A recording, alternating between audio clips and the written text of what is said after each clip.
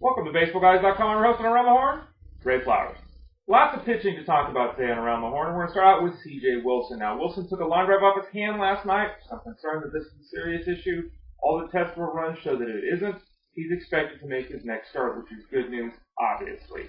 Now, the Angels have had all kinds of problems on the hill. Their ERA as a team has been over 5 for the last 5 weeks. They have not been getting it done, and Wilson, one of the prime examples of that. He's 0-4 with a 5.6 ERA and a 1.6 whip since the All-Star break. He has not pitched very well at all. People panicking in the streets with C.J. Wilson. Oh my gosh, what are we going to do? And this is more a sample size issue than anything else. And it clearly can see that if you look at his ratios. He's got a 3.3 ERA and a 1.29 whip right now. What are his career numbers? 3.5 and 1.29. Too good at the start, too down right now. Have some trepidation with Wilson is perfectly warranted given the fact that he took that ball off his hand, given the fact that he has seen his performance trend downward of late. But don't give up on C.J. Wilson. Overall, he's pitched like he always has, and that's very, very good.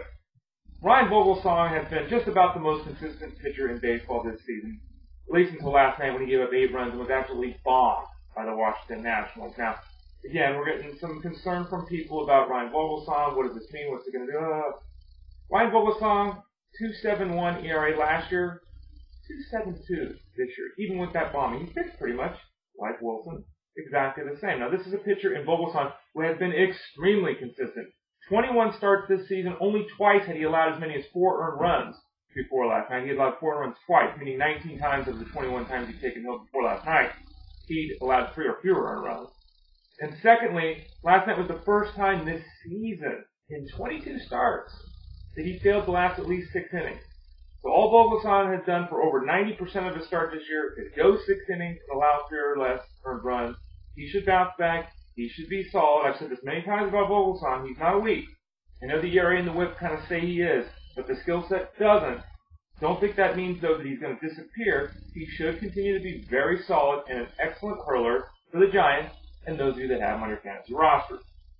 Now, Carlos Villanueva came up a little bit late this year. Didn't start out in the rotation. Obviously, was in the bullpen for the Blue Jays. He pitched very, very well since entering that starting rotation. His ERA is barely 3. His whip is in the 1-1. He's got about a 3.5 strikeout per walk ratio since he became a starter, along with going 4-2. He might even be on waiver wires in your mixed league. Depending upon how deep it is, you might want to take a look there because Villanueva, again, has pitched very, very well since he was inserted into that starting rotation. Now, there are some issues with innings pitched. He was in the 60s in 2010, barely hit 100 last season, and he's up to 80 right now. So, there's still enough time in the season that might become an issue as we get toward the last week or so of the year. But it looks like Villanueva is set up to continue to take the ball every 5 days. He returned from that personal issue and looked pretty strong in his last outing. So continue to have faith in Villanueva, who has been a very, very solid waiver wire pickup. Oh, Ryan Dempster. Yeah, it has not gone well for him in 3 starts with the Rangers. An ERA over 8, a whip of 1.73. Not good in those 3 outings for Ryan Dempster. Now, in the trade day diary that I wrote about here at BaseballGuys.com, I said, flat out, that Dempster's pitched great, but he doesn't deserve the ratios he has. Okay, why did I say that? Because the skill set didn't match up. So now we see the regression, kind of like with Wilson, kind of like with Vogelsong. It's basically getting back to where it should be with Ryan Dempster, even with the bombings, the beatings he's taken since he's joined the Rangers. His ERA still would be the second best number of his career. The strikeout to walk ratio would be the best number of his career. The whip would be the best number of his career. So he's still on pace to have arguably his best season, despite the fact he's been awful for the Rangers. There's also this to remember. On the year xFIP, which is recorded the same way as ERA, basically removes some random chance, normalizes the pitcher's performance to the league average in terms of home runs as well. Really talks about the things the pitcher can control. So it's a better way to look at that ERA number actually than the ERA itself. It says the ERA right now should be 3.82. A little bit above, obviously, where it is. It's down in the 3.1s right now. It should also be noted that that mark would only be a tenth higher than it has been the last 4 years. So in reality, Ryan Dempster is pitching the same as he always has. Just like in the case of C.J. Wilson. He was too good at the start. He's awful now. Manage him. You don't have to roll him out there every time he's out there on the hill right now because Dempster is struggling.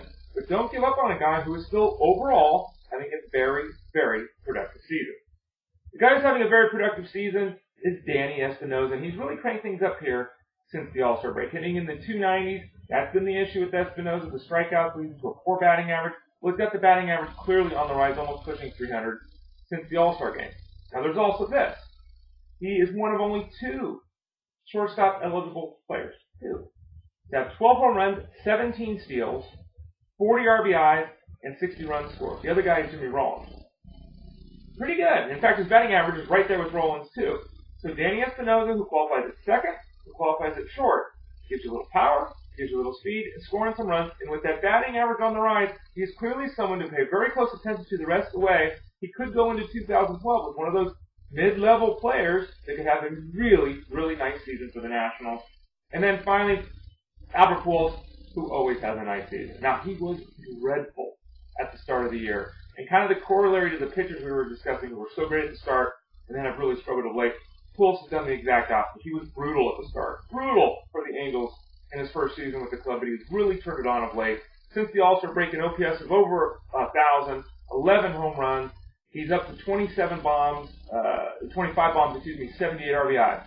What that means is if he has 7 more home runs and 21 more RBIs the rest of the way, which seems pretty much a lock with Albert Pujols after all, he will have 32 home runs and 99 RBIs. Now, why is that significant if he reaches those levels?